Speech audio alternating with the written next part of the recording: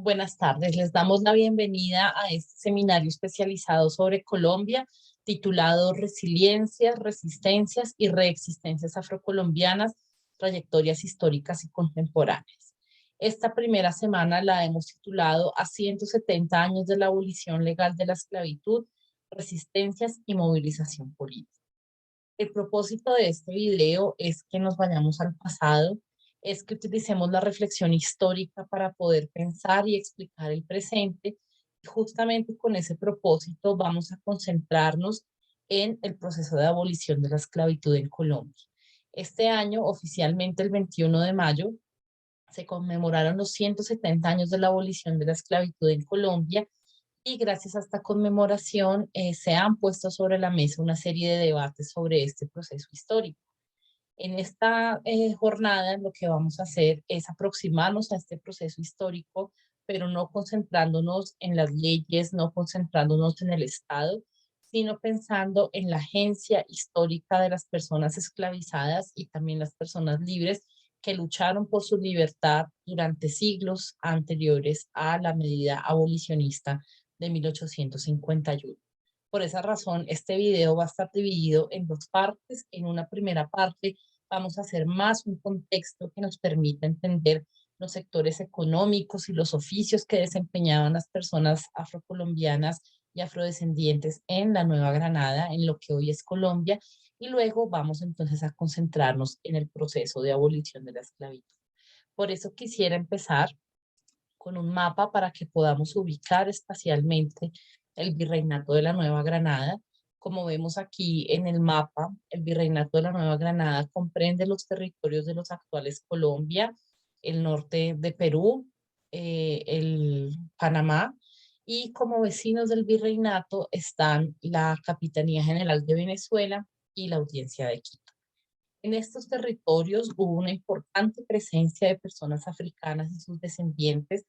que desde el siglo XVI arribaron a puertos tan importantes como Cartagena para desempeñarse en distintos sectores de la economía. Recordemos que Cartagena fue uno de los puertos esclavistas más importantes del continente americano y quizás el más importante de Sudamérica. Desde el siglo XVI hasta el siglo XIX, Cartagena recibió miles de personas esclavizadas que fueron llevadas a este territorio y de allí se distribuían hacia el interior, hacia la costa del Pacífico, incluso hacia el Virreinato del Perú. Pensemos ahora que ya tenemos este mapa y que sabemos que Cartagena fue una ciudad que se convirtió en uno de los puertos esclavistas más importantes del continente. Empecemos entonces ahora a aproximarnos a esos oficios, a esos sectores económicos en los que se desempeñaban las personas esclavizadas de origen africano. Primero, empecemos a hablar de la minería. La minería fue en la Nueva Granada quizás el motor de la economía colonial. La explotación de oro fue lo que sostuvo tanto la agricultura como el comercio local, como la construcción de las ciudades, y esta labor se llevó a cabo principalmente por gente esclavizada de origen africano. La explotación de oro, particularmente de aluvión, es decir, en los ríos, no necesariamente en una mina de beta, se llevó a cabo sobre todo en el litoral del Pacífico. Allí cuadrillas mineras conformadas por personas esclavizadas eran las que se dedicaban a decantar de la arena del río el oro a partir del movimiento de una batea,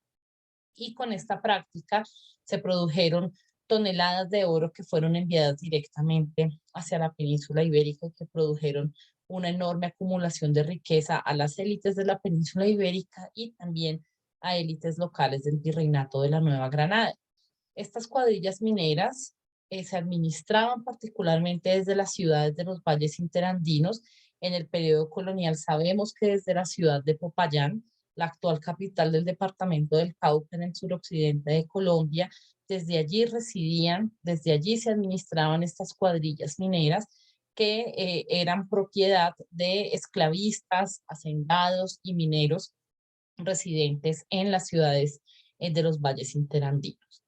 Existe toda una historiografía que nos muestra que las condiciones de producción minera eran muy violentas, eran muy hostiles. Sin embargo, también hay otra historiografía que nos ha mostrado que las personas esclavizadas que se desempeñaban en las cuadrillas mineras del Pacífico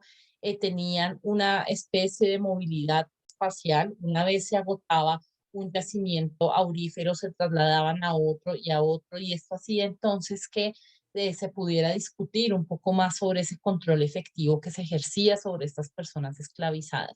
Quizás las personas que vivían mucho más cercanas a los propietarios esclavistas gozaban de un control mayor, y en cambio hay toda una historiografía que nos muestra que en el caso de las cuadrillas mineras del Pacífico existía cierta movilidad espacial y existían ciertas prácticas de control mucho menos estrictas, que, por ejemplo, contemplaban que se diera un día de la semana para que las personas esclavizadas explotaran oro. Esto entonces hizo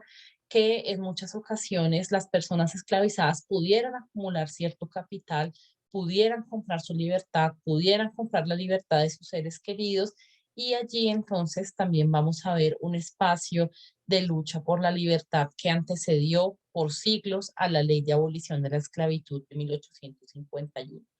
En suma, entonces, es importante que identifiquemos que la minería era el sustento económico del virreinato de la Nueva Granada, y que la explotación de oro, ya fuera en aluvión, es decir, en la arena de los ríos, o en veta, en minas, se llevó a cabo fundamentalmente por gente esclavizada de origen africano que durante todo el periodo colonial participó en la minería. Por supuesto, la agricultura fue otro sector económico en el que las personas esclavizadas desempeñaron un papel muy importante. Creo que una imagen muy icónica de la esclavización de los y las africanas y sus descendientes en América es la imagen de la plantación de algodón en el sur de Estados Unidos, de la plantación de azúcar en el Caribe. Sin embargo, es importante señalar que el sistema de plantación no fue el único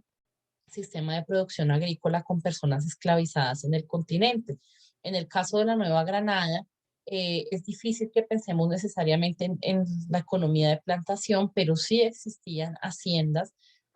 esclavistas en las que la mayoría de trabajadores y trabajadoras eran hombres, mujeres y niños afrodescendientes y esclavizados que eh, producían no solamente la materia prima, sino que muchas veces también participaban en su procesamiento.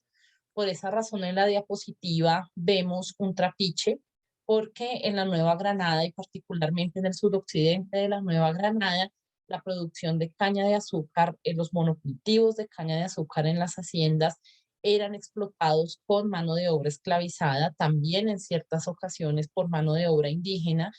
y además de el trabajo con la caña, muchas personas esclavizadas trabajaban en los trapiches, es decir, en la conversión de esa caña de azúcar en mieles, en aguardiente, en panela, en productos ya procesados. En particular, en el suroccidente de lo que hoy es Colombia, existía algo que se ha denominado como el complejo mina-hacienda, es decir, un complejo económico en donde existía cierta circularidad entre las haciendas de los valles interandinos y las minas del litoral del Pacífico, como explicábamos anteriormente. Les quiero explicar muy brevemente a qué nos referimos, porque es muy importante comprender este sistema económico para poder comprender también los oficios, para comprender las resistencias también de las personas esclavizadas que trabajaban en estos complejos económicos. Como decíamos anteriormente, en el litoral pacífico se explotaba oro con cuadrillas mineras que eran propiedad de mineros esclavistas que residían en los valles interandinos, particularmente en Popayán. Esos mismos propietarios esclavistas eran dueños de las haciendas, y por lo tanto entonces tenían una economía circular en la que vendían, utilizaban los productos agrícolas y ganaderos que se explotaban en las haciendas y los vendían en las minas para abastecer a las personas esclavizadas. Pero cuando el precio de estos bienes agrícolas y ganaderos no era tan alto, preferían entonces concentrar la mano de obra esclavizada en las cuadrillas mineras y así producir más oro que quizás podría generar más rentabilidad. Sin embargo, cuando el precio del oro caía en el mercado internacional, entonces se concentraba la mano de obra en la producción agrícola para poder sacar provecho de los bienes agrícolas. Con esto entonces, ¿qué tenemos? Tenemos un negocio que producía grandes dividendos económicos, que era muy estable, y por eso también se puede explicar que la esclavización de personas africanas y afrodescendientes en el suroccidente de lo que hoy es Colombia durara hasta mediados del siglo XIX. Era realmente una práctica muy rentable para los propietarios, que eran propietarios esclavistas, propietarios mineros y también propietarios de haciendas, en donde la producción agrícola era vendida al mercado local, pero también a esas cuadrillas mineras. Entonces aquí tenemos que la agricultura fue otro sector en el que la población esclavizada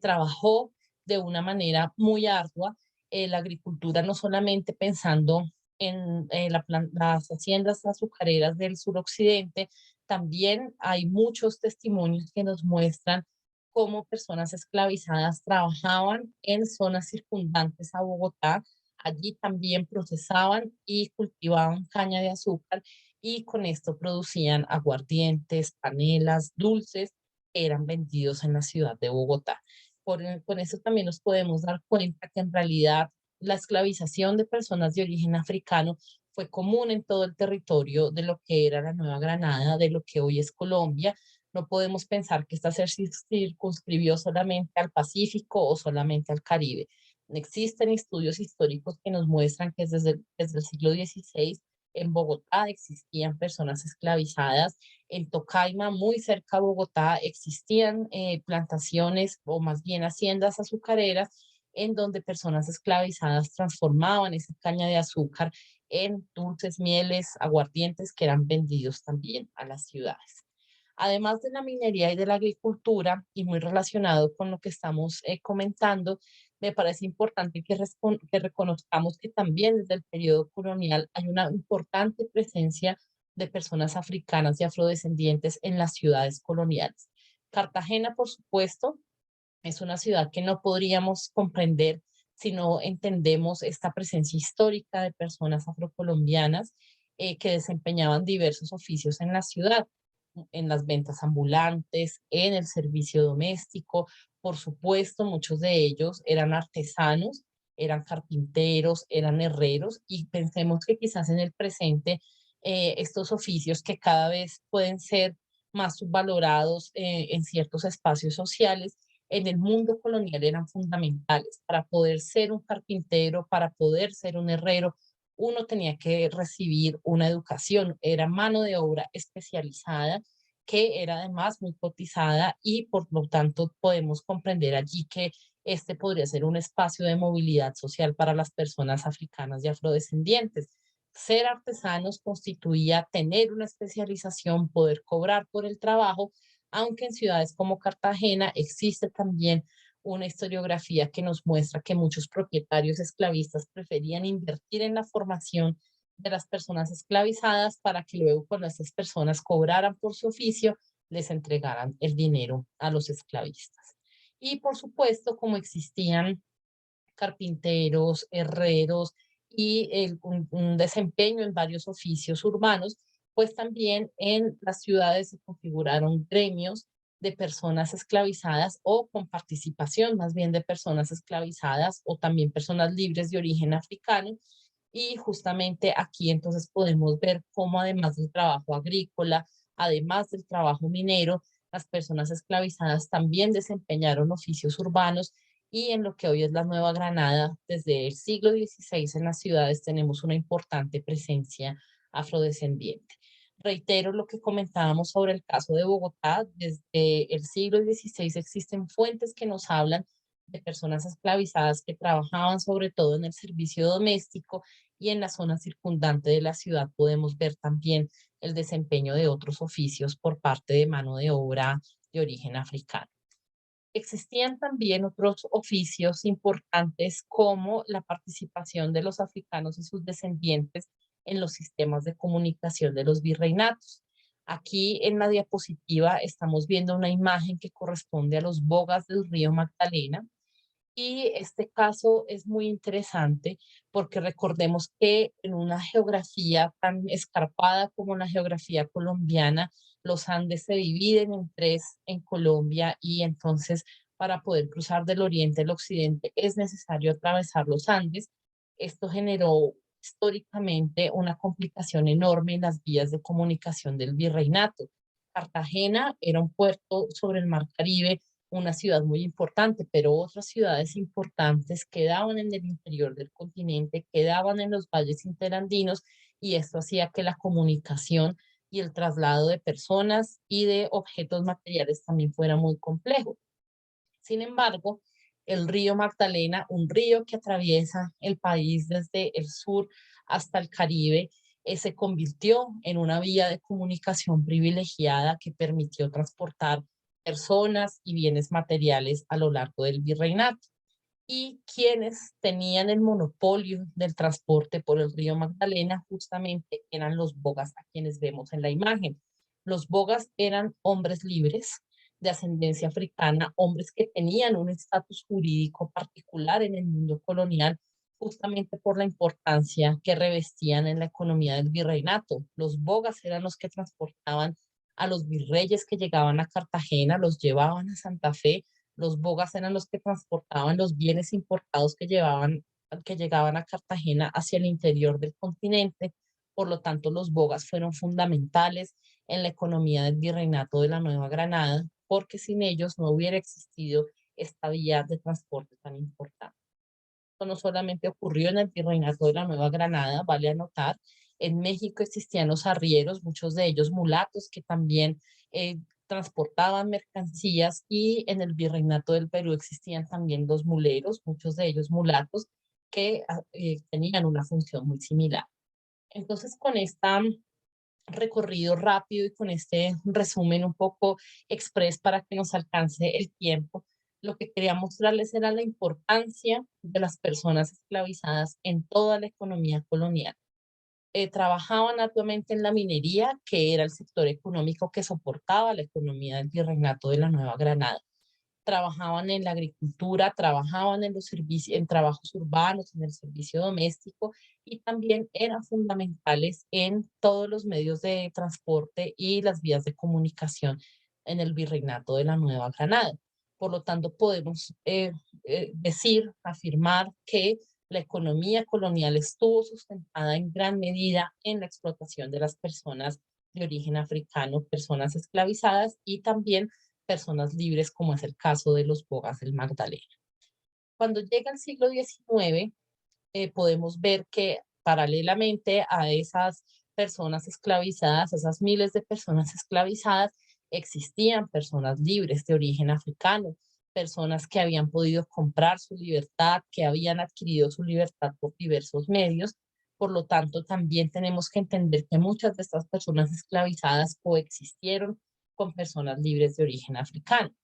Sin embargo, ya después de haber hecho este contexto, entonces ahora sí quisiera empezar a aproximarme al proceso de abolición de la esclavitud, que como decíamos es muy relevante que hablemos al respecto porque este año en Colombia se están conmemorando los 170 años de este proceso, y eso entonces nos va a permitir poner en discusión estas ideas preestablecidas sobre un gobierno filantrópico, un presidente liberal que de manera filantrópica sancionó una ley que dejó automáticamente libres a las personas esclavizadas.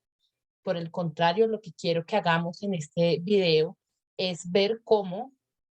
además de la ley de abolición de la esclavitud, las personas africanas y afrodescendientes lucharon por su libertad desde el periodo colonial, pero particularmente en el siglo XIX, y por eso no podemos entender de ninguna manera la ley de abolición de la esclavitud de 1851 si no nos vamos unas décadas atrás y vemos ese complejo proceso de lucha por la libertad que emprendieron miles de africanos y sus descendientes en el territorio de la Nueva Granada. Para poder empezar a hablar del proceso de abolición de la esclavitud, me parece muy importante que tomemos como punto de partida, como hito fundacional de este proceso de abolición de la esclavitud, la revolución haitiana. Porque muchas veces en ciertos espacios recuerdo que que el país o la región o el territorio que se ha enarbolado como el adalid de la lucha por la abolición de la esclavitud ha sido Inglaterra. Sin embargo, cuando nos vamos hacia el pasado, nos damos cuenta que el lugar en donde realmente se gestó una lucha significativa por la abolición de la esclavitud fue Haití, el actual territorio de Haití. A finales del siglo XVIII, la colonia de Saint-Domingue, una colonia francesa en la isla La Española, la mitad gobernada por la corona española en lo que hoy es República Dominicana, la otra mitad dominada por la corona francesa en lo que hoy es Haití. Recordemos entonces muy brevemente qué sucede en Haití. En 1791 empieza una revuelta de personas esclavizadas en una colonia que prácticamente basaba su economía en la explotación de azúcar, en la venta de ese azúcar al mercado internacional.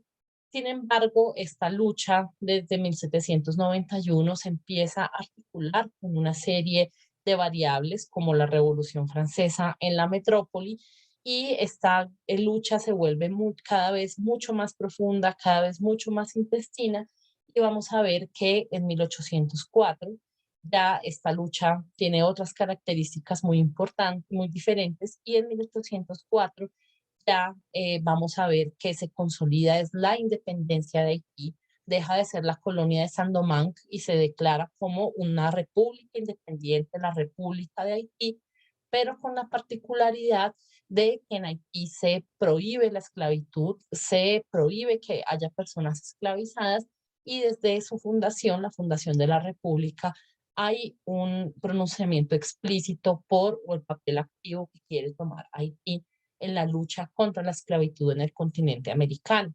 Si nosotros miramos las fechas, realmente lo que pasa en Haití es muy revolucionario. La única independencia que había ocurrido en el continente americano antes de Haití era la independencia de Estados Unidos. Pero nosotros sabemos que la independencia de Estados Unidos no implicó la abolición de la esclavitud. Por el contrario, implicó la afirmación de la esclavitud en ese país. Por eso lo que sucede en Haití es tan importante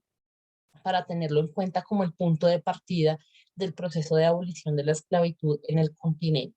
A pesar de que existieron algunas sociedades abolicionistas a finales del siglo XVIII en algunos territorios del norte de Estados Unidos, también en Francia, me parece fundamental que ubiquemos la revolución haitiana como este punto icónico, este hito para poder entender los procesos de abolición de la esclavitud. En Haití no solamente hubo una independencia, no solamente se abolió la esclavitud, sino que se hizo un compromiso explícito por la abolición de la esclavitud. Y por eso también me parece pertinente mencionar el acuerdo al que llegaron años después Simón Bolívar y el presidente haitiano Alexandre Petion. Petion se comprometió a apoyar la lucha de Bolívar contra la corona española si es que Bolívar se comprometía a abolir la esclavitud. Sin embargo, pues sabemos que lo que ocurre luego de la independencia en Colombia no fue necesariamente la abolición de la esclavitud, como vamos a ver. Entonces, esta reflexión sobre todo es para que ubiquemos a la revolución haitiana como ese hito para poder entender los procesos de abolición de la esclavitud en el siglo XIX. Y ahora entonces volvamos a la Nueva Granada, volvamos al territorio de lo que hoy es Colombia para poder aproximarnos a este proceso en territorio colombiano. Recordemos que en el territorio de lo que hoy es Colombia, una vez ocurren las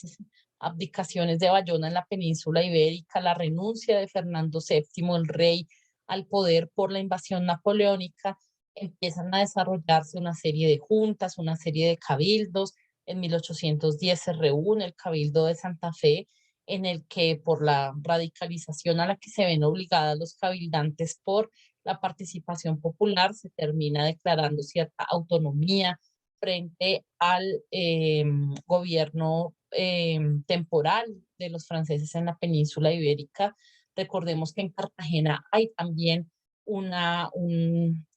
corte que se reúne, que empieza a discutir los asuntos de cómo llenar el vacío de poder que ha dejado la renuncia del rey Fernando VII, pero en Cartagena finalmente en 1811 Gracias a la participación de artesanos mulatos de la ciudad, esa junta se termina radicalizando y termina declarando la independencia de Cartagena frente a la corona española en 1811.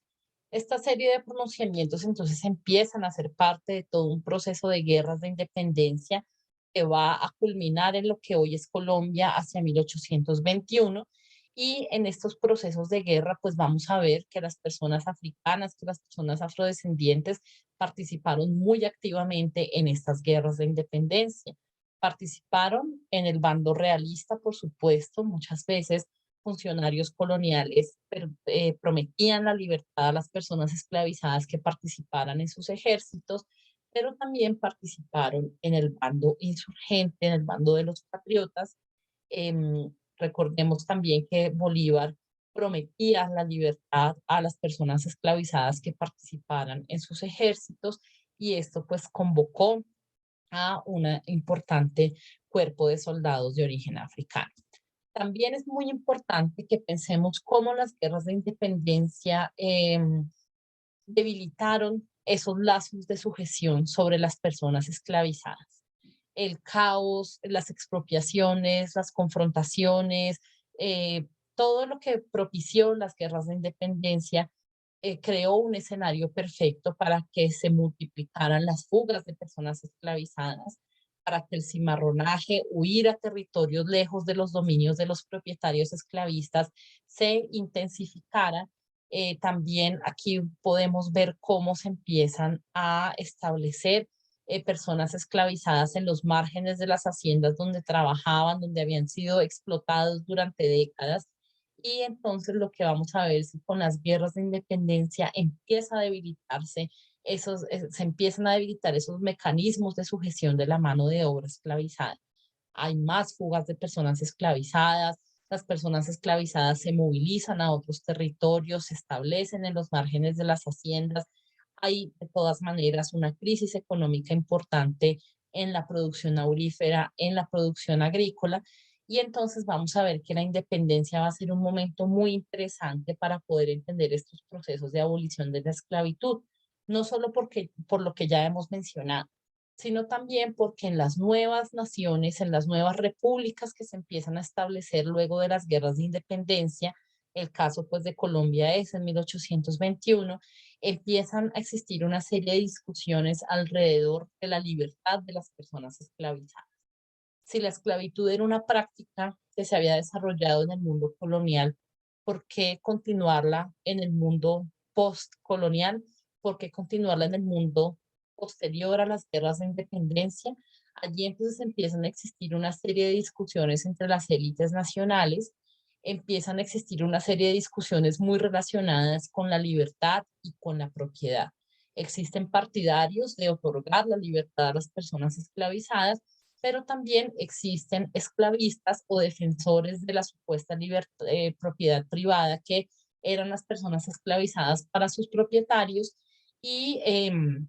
empiezan entonces a defender la importancia de perpetuar la esclavitud, de continuar con la esclavitud.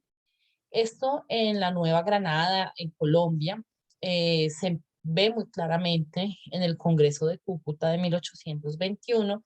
en donde varios bandos empiezan a discutir sobre la abolición de la esclavitud. Después de muchísimas discusiones, lo que se sanciona finalmente es la ley del 21 de julio de 1821, titulada sobre libertad de partos, manumisión y abolición del tráfico de esclavos. Esta ley, como su nombre lo indica, fue una ley que no abolió la esclavitud, que no prohibió la esclavitud en el territorio de Colombia. Lo que hizo esta ley fue garantizar una libertad de vientres, es decir, que los hijos de las mujeres esclavizadas que nacieran a partir de la expedición de la ley, cuando cumplieran 18 años, iban a quedar libres. Mientras tanto, estaban bajo el tutelaje de sus propietarios esclavistas. Esta ley también nos decía que quedaba prohibido el tráfico de personas esclavizadas, ya no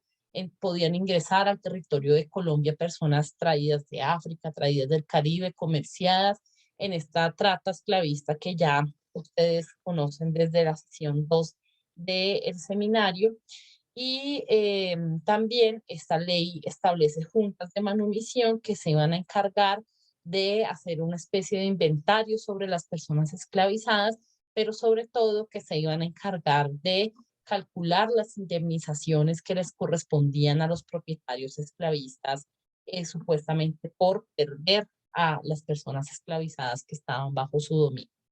Esto ocurre entonces en 1821 y podemos hacer los cálculos hacia 1839, iba a ser entonces el momento en el que los hijos de mujeres esclavizadas nacidos a partir de la expedición de la ley cumplían 18 años y tenían que quedar en libertad. Sin embargo, pues esto no ocurrió en 1839. Lo que sucede en este mismo año es que estalla una rebelión en el sur del país, en Pasto, y esta rebelión se conjuga con otras rebeliones contra el Estado central y termina entonces desarrollándose una gran guerra civil que fue denominada como la Guerra de los Supremos. En la Guerra de los Supremos entre 1839 y 1841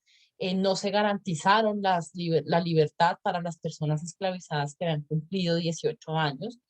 y más bien, pues con la excusa de la guerra se terminó perpetuando la esclavitud. Sí, y por eso vamos a ver que una vez finalizada la guerra se hace una nueva ley, la Ley de Aprendizaje de 1842, que va a ser una ley que no va a legislar tampoco la abolición de la esclavitud, ni siquiera va a legislar por la libertad de las personas que ya habían cumplido 18 años. Es una ley que extiende el periodo de tutelaje de los esclavistas sobre las personas libres y ahora entonces los niños que nacieron en 1821, gracias a esta ley del 42, no van a quedar libres a los 18 años, sino a los 25 años. Estaba expandiendo ese tiempo en el que se iba a perpetuar la esclavitud. Esta ley del 42 fue luego fundamentada con la ley de 1843 que se titulaba sobre medidas represivas de los movimientos sediciosos de esclavos. Esta ley del 43 imponía penas muy violentas hacia quienes se sublevaran contra sus propietarios, hacia quienes los acompañaran, los escondieran, los acogieran, pero sobre todo esta ley vuelve a permitir que se trafiquen personas esclavizadas, personas de origen africano en la Nueva Granada. Esta ley entonces va a derogar lo que se había dicho en la ley de 1821 y va a permitir el comercio de personas nuevamente. Y vamos a ver que entre 1843 y 1847, que es que se vuelve a abolir el tráfico, hay una serie de ventas, particularmente hacia Perú, de personas esclavizadas, de mujeres embarazadas, de niños, y esto pues nos va a mostrar que realmente el poder de los propietarios esclavistas, incluso después de la independencia, seguía siendo muy fuerte, particularmente en el suroccidente. Y después tenemos pues la ley de abolición de la esclavitud de 1851, que como decíamos en un principio, no la podemos entender de ninguna manera como un acto filantrópico del gobierno, como una ley que automáticamente emancipó a las personas esclavizadas. Más bien es una ley que tenemos que entender en el marco de todos estos procesos de resistencia, de movilización política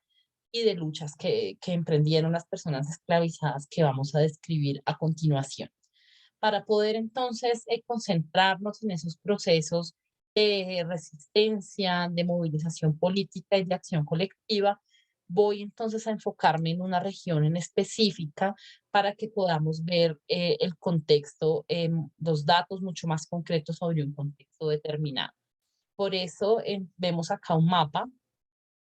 que nos muestra el suroccidente del territorio de Colombia. Es un mapa entonces que nos va a mostrar la región en la que nos vamos a concentrar de aquí en adelante. Voy entonces a utilizar esta herramienta del Zoom para poder señalar, no sé si es con esta, nos vamos a concentrar entonces prácticamente en esta región que es el suroccidente de la actual Colombia. Nos vamos a concentrar en esta zona en donde, como ya decíamos en un principio, el complejo Mina Hacienda hizo que la esclavitud fuera muy importante incluso en el siglo XIX y que la esclavitud perdurara en esta zona hasta la ley de abolición de la esclavitud. Pero como hemos dicho que nos vamos a concentrar sobre todo en la agencia de las personas esclavizadas, en su papel como agentes históricos, entonces nos vamos a concentrar ahorita en la acción colectiva de las personas esclavizadas de origen africano en esta zona. Por eso me quiero aproximar al periodo de 1840-1843, en donde vamos a ver, recordando algo que ya mencionamos, que se desarrolla la Guerra de los Supremos aquí en el suroccidente. Pero la Guerra de los Supremos en el suroccidente va a tener unas características muy particulares. Allí muchos autores dicen que la guerra tomó un viso de guerra de castas, porque una de las premisas de un caudillo importante de la rebelión contra el gobierno central llamado José María Obando era que los esclavizados que participaran en sus tropas quedaban libres automáticamente. Esto hizo entonces que la población esclavizada y la población de origen africano en general participara con mucha fuerza en los ejércitos de José María Obando en la Guerra de los Supremos. El proyecto de José María Obando es derrotado en 1841 y aquí lo que empieza es una represión muy fuerte por parte de los opositores políticos de Obando, en particular Tomás Cipriano de Mosquera, quien va a ser presidente posteriormente, miembro de estas élites esclavistas payanesas, va a ser el encargado de reprimir a los rebeldes de la Guerra de los Supremos y Mosquera está convencido de que particularmente son las personas esclavizadas las que hay que castigar por haber participado en la guerra y existe toda una serie de documentación que nos muestra cómo muchas personas de origen africano que participaron en los ejércitos obandistas fueron apresadas, fueron violentadas, fueron entregadas de vuelta a sus propietarios. Incluso hay casos de mujeres, una mujer llamada María Josefa Arboleda, está muy bien documentado cómo Mosquera la juzga por haber participado en la Guerra de los Supremos del lado de Obando y la devuelve a sus propietarios. Entonces aquí lo que vamos a ver es que la guerra convocó la movilización política de las personas afrodescendientes, que no podemos entender que estas personas solamente se sumaron a la guerra porque las élites los convencieron, porque simplemente seguían a las élites, sino que al contrario se articularon a la Guerra de los Supremos porque allí había un escenario para obtener la libertad. Es muy interesante ver cómo incluso tras la represión de la Guerra de los Supremos, en la región siguieron movilizaciones políticas por parte de las personas esclavizadas. Existieron, la documentación criminal nos lo muestra, una serie de asesinatos a propietarios, de robos y saqueos a las haciendas, pero sobre todo me quiero referir a una guerrilla de gente libre y de gente esclavizada que se empezó a organizar en 1843, sobre todo en el territorio de Caloto, actual departamento del Cauca. Esta guerrilla estaba encabezada por un zapatero libre de origen africano que se llamaba Bernabé Rincón y por otro hombre libre de origen africano que se llamaba José Antonio Tascón. Esta guerrilla entonces emprendió una serie de saqueos y robos a las haciendas esclavistas, incluso de asesinatos también a propietarios esclavistas,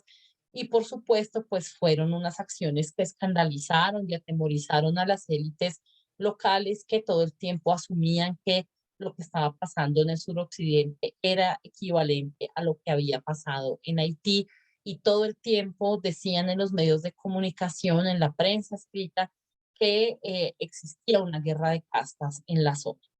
Esto entonces hizo que las élites de Cali, de Popayán, de Buenaventura, de las ciudades más importantes del suroccidente, se pronunciaran frente al gobierno central, exigieran una serie de medidas para reprimir a las personas esclavizadas. De allí es que se sanciona esta ley que ya mencionamos anteriormente sobre medidas represivas de los movimientos sediciosos de esclavos. Entonces aquí las élites de la región lo que hacen es lograr que se reprima muy violentamente a la gente esclavizada y por eso vamos a ver que entre 1844 y 1847 hay una disminución de esas movilizaciones políticas que tenían que ver con robos, con saqueos, con asesinatos. Por eso muchas de las fuentes del periodo nos hablan de una especie de pacificación. Aquí las fuentes lo que nos muestran es que la gente esclavizada no es que haya dejado de resistir, no es que haya dejado de luchar por su libertad. Al contrario, empezó a utilizar otras estrategias para poder continuar esa búsqueda por ser libres ellos mismos y sus familiares. Y una de estas estrategias fue el uso de los recursos jurídicos para poder pelear en las instancias judiciales por su libertad. Y es muy importante que reconozcamos que además de las fugas, del cimarronaje, de las luchas, de las confrontaciones bélicas, el uso de la justicia fue una forma de acción colectiva, fue una forma de lucha por la libertad que se utilizó en toda la América española desde el periodo colonial. Las personas esclavizadas, a pesar de las condiciones de violencia, de opresión en las que vivían constantemente, conocían las leyes que existían, conocían cuáles eran los pequeños espacios, los pequeños intersticios que les permitía reclamar una serie de derechos como adquirir la libertad. Otros derechos eran en la legislación colonial y también en la republicana solicitar cambio de propietario cuando el propietario maltrataba en exceso a las personas esclavizadas, y estas estrategias, estos argumentos legales más bien, fueron utilizados como estrategias para luchar por la libertad constantemente. Esto no terminó con las independencias, al contrario, entre 1844 y 1847, en el suroccidente, lo que hoy es Colombia, vamos a ver una serie de hombres y mujeres esclavizados yendo a los tribunales, peleando por su libertad, reclamando por su libertad, utilizando argumentos políticos muy sagaces, utilizando el lenguaje político del momento, reclamando justamente por la participación en los ejércitos. Hilario Hurtado es un hombre que es llevado a la Guerra de los Supremos a ser parte de los ejércitos de la República de manera forzada, y sufre un accidente que le impide mover las piernas sin dificultad después de la Guerra de los Supremos. En el Archivo Central del Cauca, en Popayán, existe un documento de más de 100 folios en donde Hilario Hurtado está presionando por su libertad, está argumentando que por su participación en la guerra ya no puede ser más una persona esclavizada porque no puede trabajar, y con esto logra que se le reconozca su libertad y logra que se le reconozca también una indemnización económica.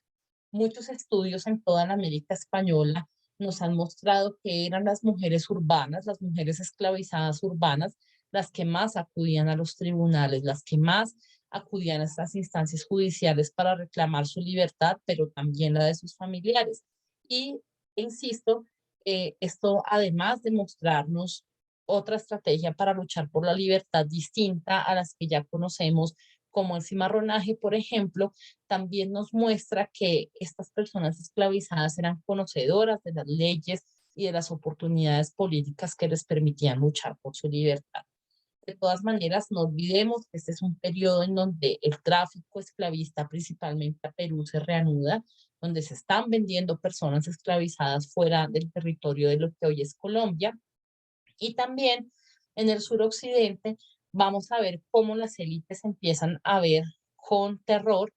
cómo en los márgenes de las haciendas que eran unos latifundios inmensos, donde el propietario pues ni siquiera conocía la totalidad del terreno que estaba a su nombre, muchas de las personas esclavizadas y también libres empezaron a asentarse en los márgenes de las haciendas, y allí empezaron a construir unas economías campesinas, empezaron a cultivar, a producir materias primas, pero también muchas veces procesaban esas materias primas, como el caso de la caña de azúcar, y fabricaban panelas, mieles, aguardientes que las vendían a las ciudades, a las cuadrillas mineras. También se empezó a cultivar tabaco, que en ciertos momentos del siglo XIX fue un producto muy bien pagado en el mercado internacional, sobre todo el tabaco que se producía en Colombia, que luego va a ser desplazado por el tabaco que se producía en Cuba. Y pues esto lo que hizo fue desatar una serie de conflictos por el control de la tierra, por el monopolio de la producción económica. Estos esclavizados y libres que producían en los márgenes de las haciendas prácticamente se han convertido en una obsesión de los propietarios esclavistas y hacendados porque eran casi que una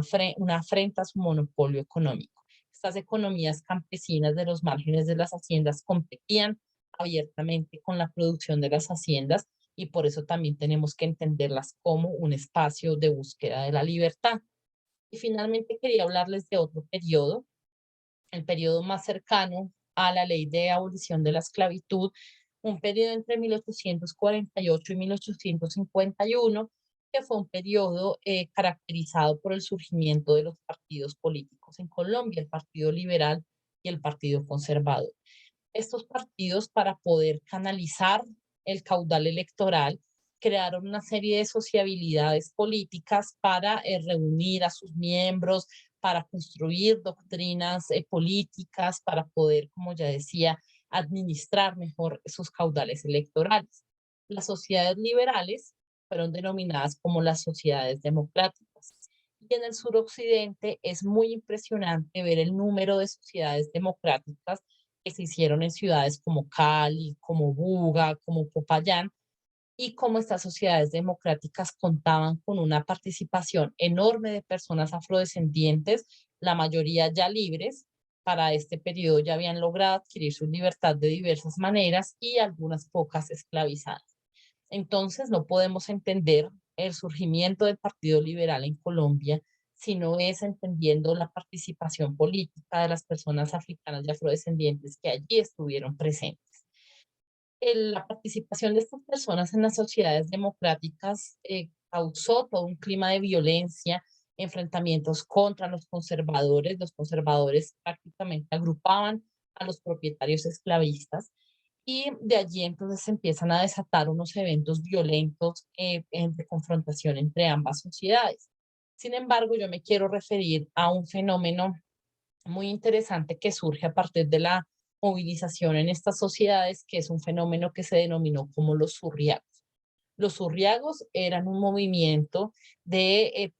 gente de origen africano, alguna esclavizada, alguna libre, que se había empezado a formar en estas sociedades democráticas, pero que más hacia 1850 se desliga de esas sociedades democráticas y empieza a luchar por su cuenta. Una de las formas de lucha de este movimiento de los surriagos era golpear a los propietarios esclavistas con los mismos látigos, con los mismos surriagos con los que los propietarios esclavistas golpeaban a las personas esclavizadas. Y este movimiento entonces se dedicó a perseguir propietarios esclavistas, a castigarlos públicamente y pues estaba compuesto, como ya decíamos, en su mayoría por gente libre, por gente afrodescendiente libre y por algunos esclavizados. Aquí entonces podemos ver que estas formas de lucha para adquirir la libertad fueron muchísimas y fueron muy variadas en este corto periodo que quería que profundizáramos en este video. Finalmente, en este contexto es que se promulga el 21 de mayo la Ley de Abolición de la Esclavitud. La promulga un presidente liberal, José Hilario López. La promulga con una serie de medidas como la